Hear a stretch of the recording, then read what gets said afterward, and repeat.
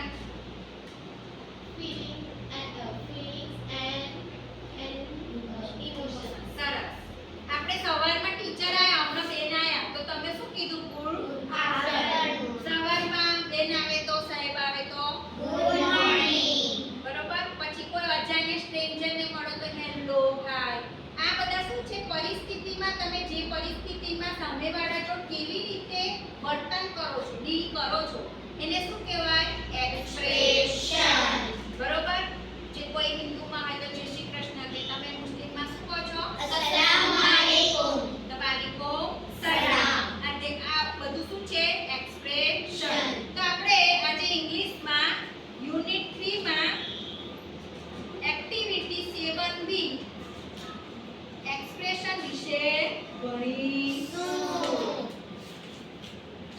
ચાલો કાઢી activity 7B. હવે અહીંયા એક્સપ્રેશન આપેલા છે, બરોબર? તમારે વાંચવાના છે વન બાય વન, એને વાંચીને એકોર્ડિંગ ટુ એક્સપ્રેશન એને નંબર આપવાના છે અને લખવાના છે, બરોબર? પહેલું કોણ આવશે? ફર્સ્ટ ટુ વિલ કમ ઉપર.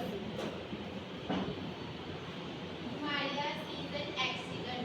Loudly Maria sees an accident. Oh God. Accident જુઓ ત્યારે કયું એક્સપ્રેશન વાપરો? Oh God. એ શું થયું? સરસ, નાઈસ. ચાલો સેકન્ડ એક્સપ્રેશન છે who will come? આપી. Leela sees a beautiful flower. How beautiful. Gujarati બેન કહેજો. લખ્યા પછી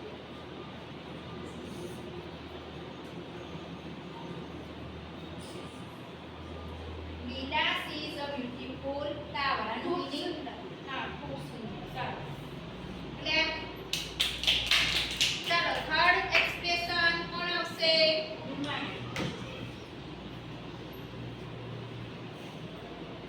વાંચો પહેલા લીલી.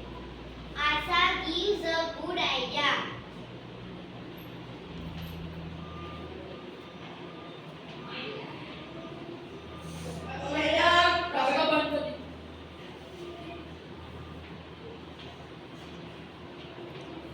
આનું ગુજરાતી કહેજો ને.